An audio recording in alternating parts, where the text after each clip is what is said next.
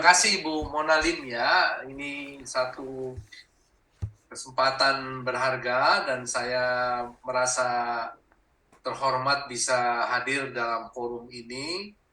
Nama saya Mulyaman Hadad. Sampai akhir Februari kemarin saya menjadi Duta Besar Indonesia untuk Swiss dan Liechtenstein. Setelah 5 tahun saya harus kembali ke Indonesia. Ya, saya merasa senang sekali melakukan tugas di Swiss selama 5 tahun ini karena tantangannya pun sangat menarik ya, karena hubungan Indonesia-Swiss sebetulnya sudah berjalan baik sejak lama, tapi potensinya belum terpoles dengan optimal, kira-kira begitu. Jadi tugas saya mengoptimalkan potensi yang ada itu dengan mendukung beberapa inisiatif yang memang sudah lama berjalan dan lama tertunda. Ya, jadi oleh karena itu ada beberapa hal yang mungkin saya bisa sampaikan. Perjanjian perdagangan bebas Indonesia dengan Swiss ya bisa diselesaikan walaupun agak sedikit terganggu karena harus melalui proses yang agak panjang, yaitu melalui suatu referendum yang diajukan oleh NGO lingkungan hidup yang merasa perjanjian perdagangan Indonesia dengan Swiss itu tidak layak untuk diteruskan. Jadi mereka mengumpulkan tanda tangan lebih dari 100.000 orang dan kemudian dijadwalkan untuk direferendumkan. Tentu saja ini satu hal yang di Swiss itu satu hal yang biasa dan kita tentu saja respect ya dengan sistem politik dan demokrasi yang ada di Swiss ini. Nah, oleh karena itu apa yang dilakukan oleh kita, saya dan kawan-kawan di KBRI adalah mempersiapkan argumen kenapa perjanjian ini bermanfaat bagi Swiss dan bagi Indonesia, dan apa-apa yang dipersoalkan oleh NGO itu tidak benar karena kita kemudian menyampaikan data-data yang paling baru terkait dengan capaian-capaian kebijakan pemerintah Indonesia terutama di bidang lingkungan hidup. Nah, oleh karena itu dengan dukungan dari pemerintah Swiss yang juga sangat mendukung perjanjian ini, kami bekerja bersama menyampaikan berbagai macam perkembangan kepada berbagai macam media, forum-forum pertemuan, dan lain sebagainya yang ada di Swiss. Ya. Oleh karena itu, ini memerlukan kerja keras yang lumayan banyak, tapi kita bersyukur hasilnya cukup menggembirakan. Walaupun marginnya tidak besar, tapi kita masyarakat Swiss mendukung perjanjian ini dengan margin sekitar 4%. Artinya 52% mendukung, 48% menolak perjanjian. Tapi berapapun marginnya, yang penting perjanjian ini dimenangkan di dalam referendum dan tentu saja kemudian menjadi sesuatu yang bisa ditindaklanjuti. Nah, kemudian perjanjian ini diratifikasi oleh parlemen kedua negara dan kemudian disepakati untuk diimplementasikan pada tahun 2021. Jadi ini satu hal yang menurut saya membanggakan karena beberapa kesulitan kita untuk membuka perdagangan dengan Uni Eropa kan tidak mudah, tapi kita bisa melakukannya dengan Swiss ya, karena Swiss bukan anggota Uni Eropa. Kita tahu ada anggota EFTA yang terdiri dari Swiss, Norway, Liechtenstein, dan Iceland. Ya.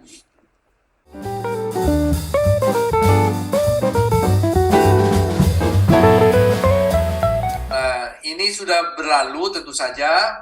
Dan tidak hanya itu, hubungan antara pemerintah juga kemudian berkembang baik. ada beberapa kesepakatan lain di bidang investasi, di bidang pendidikan, di bidang hukum, salah satunya mutual legal assistance, dan lain sebagainya. Yang menurut saya ini adalah tonggak penting di dalam perkembangan hubungan antar pemerintah, jadi G2G. Ya. Nah, oleh karena itu, tantangan bagi kita berikutnya adalah, ini mungkin sudah masuk ke pertanyaan kedua kali ya. Tantangan berikutnya adalah bagaimana kita mengimplementasikan perjanjian ini. Ya, karena kan penandatanganan ataupun kesepakatan itu kan bukan tujuan.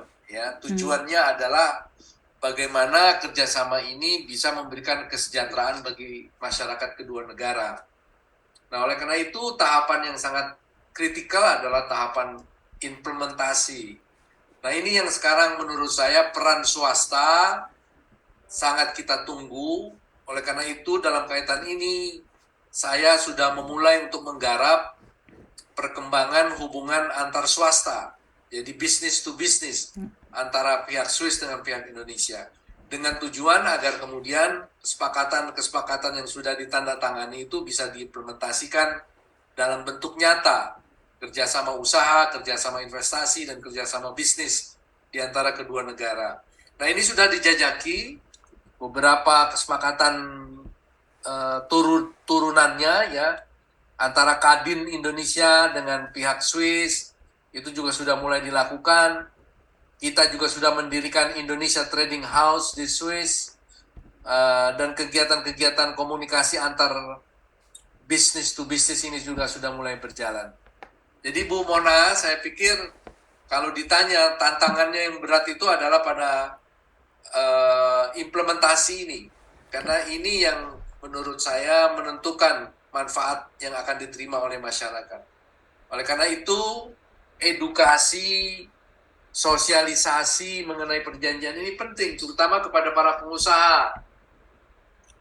Tidak hanya pengusaha besar, tapi juga pengusaha menengah dan kecil.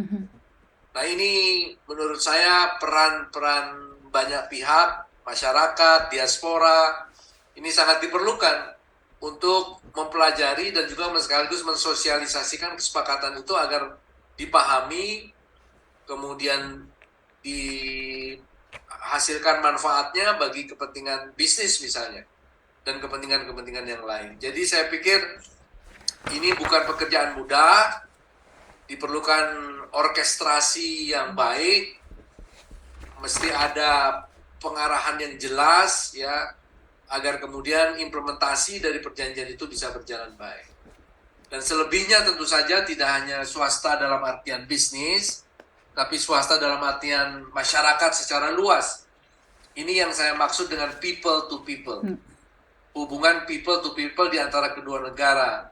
Ya, diaspora dengan diaspora, dengan masyarakat Swiss, dengan masyarakat Indonesia, diplomasi budaya, ya, kunjungan atau muhibah budaya, perkenalan kuliner Indonesia, dan performance lainnya ya, dalam arti budaya ini menurut saya juga perlu didorong agar semakin banyak orang Swiss yang paham mengenai budaya Indonesia. Saya senang karena kemudian sudah mulai banyak orang Swiss yang belajar bahasa Indonesia. Betul. Ya, dan saya pikir ini satu kemajuan.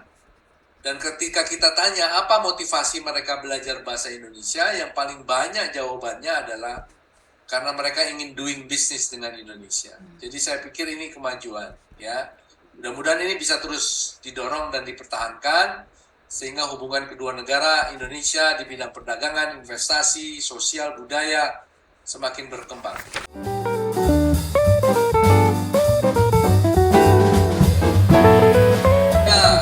Vokasi adalah salah satu bidang yang memang kedua negara berkepentingan untuk saling bekerja sama. Ya, karena kita tahu pendidikan vokasi di Swiss itu sangat maju. Dengan dual sistem pendidikan yang ada di Swiss itu banyak memberikan tenaga kerja yang kompetitif ya, yang memenuhi harapan industri dan juga sekaligus mendorong daya saing ekonomi ya, terutama negara Jerman dan negara Swiss yang sangat terkenal dengan pendidikan vokasinya. Oleh karena itu dari aspek ini, aspek pendidikan ini yang memang bidang yang kita dorong juga untuk maju dan tumbuh adalah bagaimana kita bisa belajar dari pengalaman pendidikan vokasi di Swiss. Tentu saja Indonesia dengan Swiss beda. Betul. Tidak bulat-bulat kita telan gitu, mereka apa yang ada di Swiss untuk diterapkan di Indonesia. Tapi paling tidak ada beberapa prinsip dasar bagaimana kita bisa mendorong pendidikan vokasi yang ada di Swiss ini, terutama mekanisme kerjasama antara industri dengan lembaga pendidikan. Ya. Jadi lembaga pendidikan itu tidak asal mendidik, tapi mendidik agar kemudian lulusannya harus sesuai dengan kebutuhan industri. Jadi harus ada link dan ada match, ya. Ya ini sebetulnya isu lama, tapi kemudian sampai hari ini masih saja menjadi persoalan ketika banyak lulusan kampus kita itu tidak memenuhi persyaratan industri, sehingga banyak pengangguran ya. Kemudian tentu saja juga harus ada biaya tambahan karena harus melakukan pelatihan ulang, bahkan menambah pendidikan ulang ya. Nah, oleh karena itu kita membangun kerjasama ini. Jadi beberapa kampus di Indonesia bekerjasama dengan kampus yang ada di Swiss. Pemerintah Indonesia dalam hal ini Kementerian Pendidikan, Kebudayaan dan Pendidikan Tinggi itu juga bekerjasama dengan lembaga serupa di Swiss. Saling tukar-menukar dosen, mahasiswa, dan juga saling kerjasama di dalam memperbagi kurikulum. Intinya adalah bagaimana lembaga pendidikan kita itu bisa adaptif di dalam menghasilkan lulusan-lulusan yang sesuai dengan kebutuhan, ya.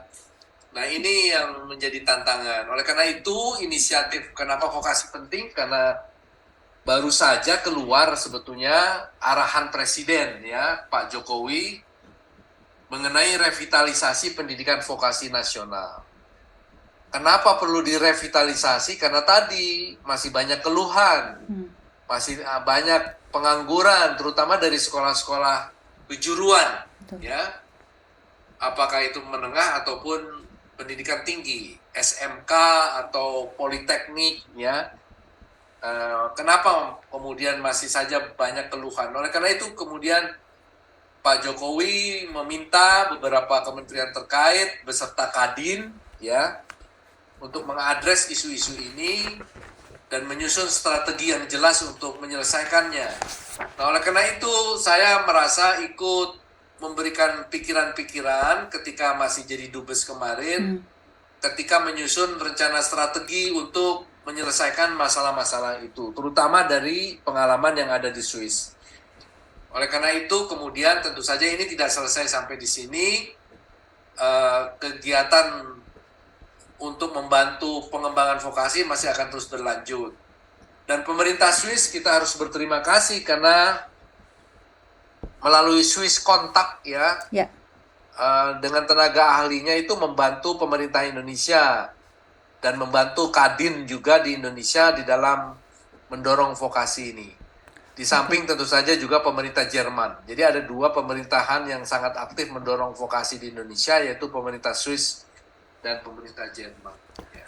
Saya kira betul sekali, salah satu alasannya itu karena kredibilitas pendidikan vokasi kan rendah ya. Persepsi orang tua itu juga tidak positif. Jadi kalau ada orang tua pasti pilih SMA daripada SMK. Betul, ya. betul. Oleh karena itu memang di dalam revitalisasi yang digaungkan oleh Pak Jokowi itu salah satu agendanya adalah melakukan rebranding terhadap pendidikan vokasi. Ini perlu dilakukan secara sistematis sehingga kemudian persepsi masyarakat terhadap pendidikan vokasi bisa berubah. Ya seperti tadi dikatakan di Swiss itu terbalik bahkan Ya. ya 2/3 orang memilih kejuruan, Betul. 1/3 orang memilih ke gimnasium atau Ya. sekolah umum ya. Ya. Di Indonesia terbalik, lebih banyak ke sekolah umum karena merasa vokasi kurang keren gitu Ya. ya. Nah ini yang menurut saya perlu kita perbaiki ya, artinya jangan malu kalau sekolah SMK, bahkan kemudian bisa langsung dapat pekerjaan, Ya. bahkan kemudian ketika magang memperoleh uang saku dan lain Betul. sebagainya kan begitu. Betul. Nah hal ini perlu dibangun sistem yang baik. Nah itulah makanya kemudian inisiatif vokasi yang digaungkan oleh Pak Jokowi ini menurut saya sangat relevan dengan kebutuhan kita ketika kita sedang membutuhkan tenaga kerja terampil ya untuk mendukung daya saing ekonomi nasional ya, untuk menjadikan Indonesia bagian dari ekonomi global ya. Betul. Tentu saja daya saing kemudian menjadi penting. Nah inilah rebranding itu tadi sangat diperlukan dan itu memang sudah digaungkan sebagai salah satu strategi. Nah bagaimana membawa vokasi ke anak-anak agar kelihatan keren, kepada orang tua, kepada industri atau pabrik-pabrik atau perusahaan-perusahaan yang akan menerima dan lain sebagainya. Jadi saya kira ini tantangan yang tidak kecil ya.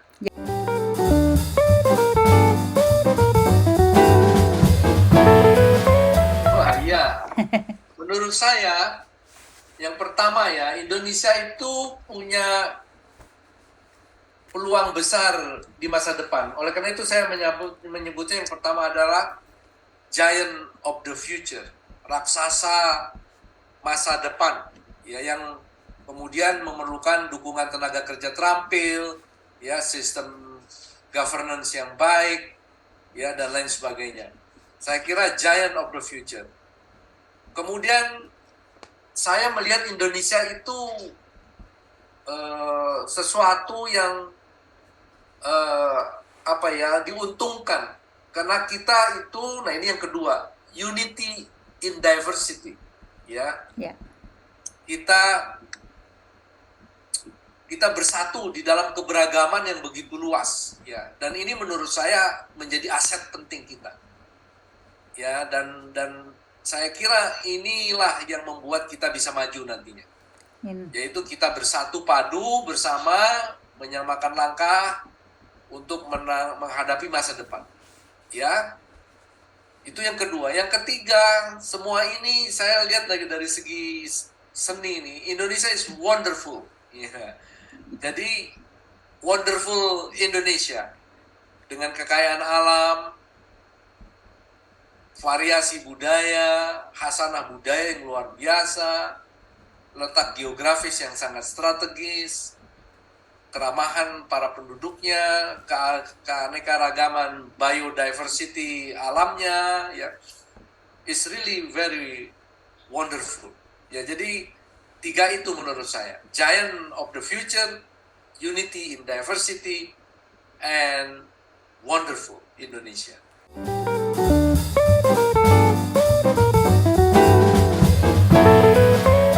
Sebuah lukisan ya. Iya, sebuah lukisan. Karena kemudian saya merasa, bukan karena saya, tapi setiap orang mesti bisa dilihat oleh orang lain gitu ya. Dan kemudian memberikan nilai keindahan tertentu atau kenangan tertentu yang kemudian membawa rasa optimisme bagi yang melihatnya.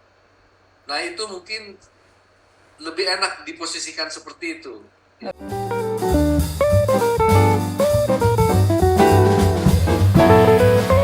Puasa bagi saya itu ya, ini mungkin lebih banyak ke dalam diri ya. Puasa bagi saya seorang Mulyaman itu adalah pendidikan. Ya, pendidikan dalam satu bulan ya, di bulan Ramadan atau bulan puasa, mendidik kita sehingga kemudian kita menjadi lebih sensitif dan lebih tajam, ya. Terutama tidak hanya untuk kepentingan hubungan kita dengan yang Maha Kuasa ke atas.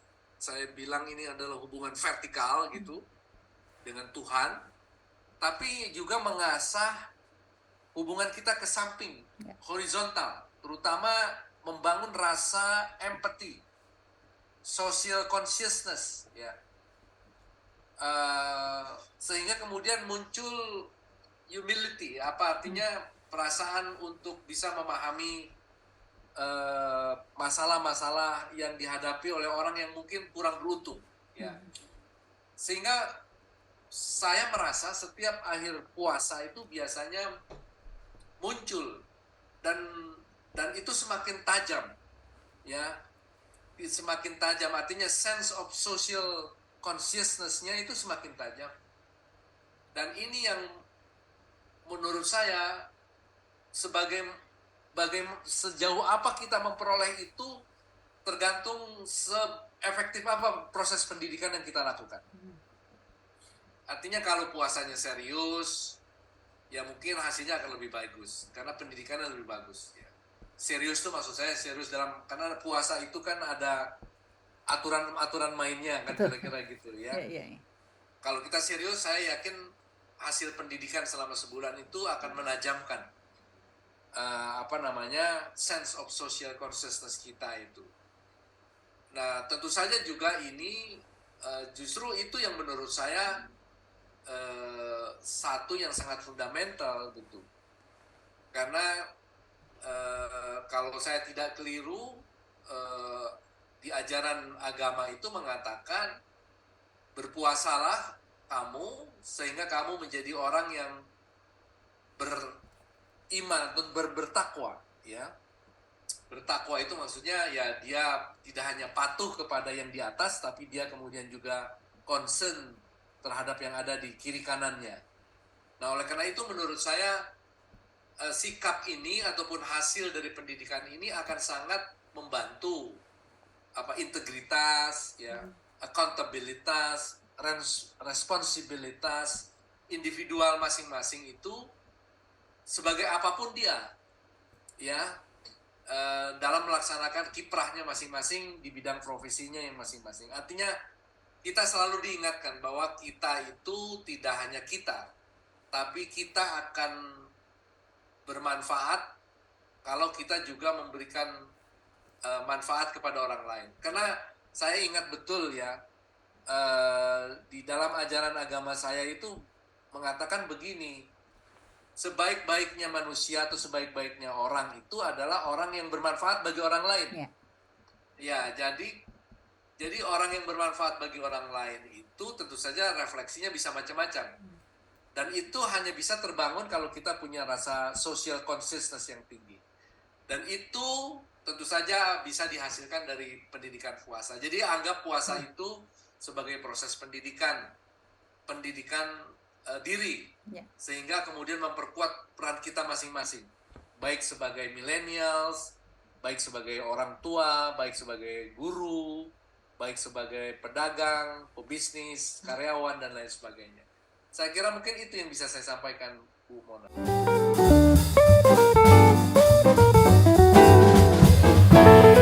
Terima kasih. Menjadi diaspora itu menurut saya exciting, ya. Exciting itu artinya menarik, penuh tantangan, ya.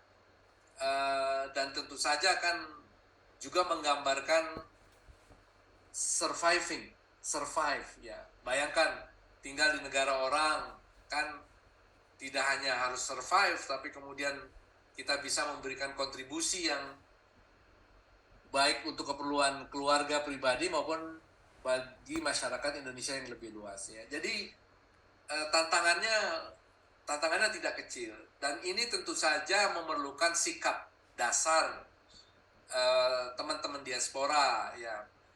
Pertama, ya, dia harus gigih, ya, di dalam mencapai keinginannya, ya, cita-citanya. Jadi harus punya cita-cita, dan cita-cita itu harus dicapai dengan usaha keras, ya. Dan tentu saja ini juga bukan sesuatu yang mudah, karena biasanya kesempatan itu tidak selalu datang, ya. Nah, oleh karena itu saya sering mengatakan, ciptakanlah kesempatan itu, sebab mungkin saja kesempatan itu tidak akan datang, ya. Oleh karena itu adalah sikap dasar penting untuk creating opportunity, ya. Nah, ini tentu saja juga luas artinya kita harus kreatif, kita harus inovatif, kita harus proaktif ya di dalam menciptakan opportunity. Karena opportunity itu sekali lagi mungkin saja tidak datang kesempatan itu, tapi kesempatan itu bisa kita ciptakan. Nah, ini penting, terutama di dalam menjalani kehidupan jauh dari kampung, ya, memerlukan daya surviving yang tinggi, ya. Di samping tentu saja kita juga tidak boleh lepas dari akar budaya kita sebagai orang Indonesia. Jadi oleh karena itu tentu saja saya ingin mengatakan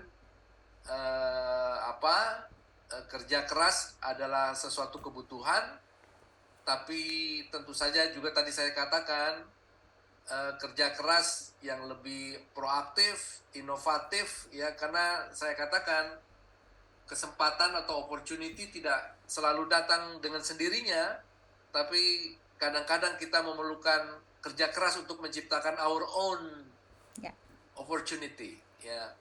Nah, ini menurut saya mungkin penting. Singkat saja dari saya, mudah-mudahan bermanfaat.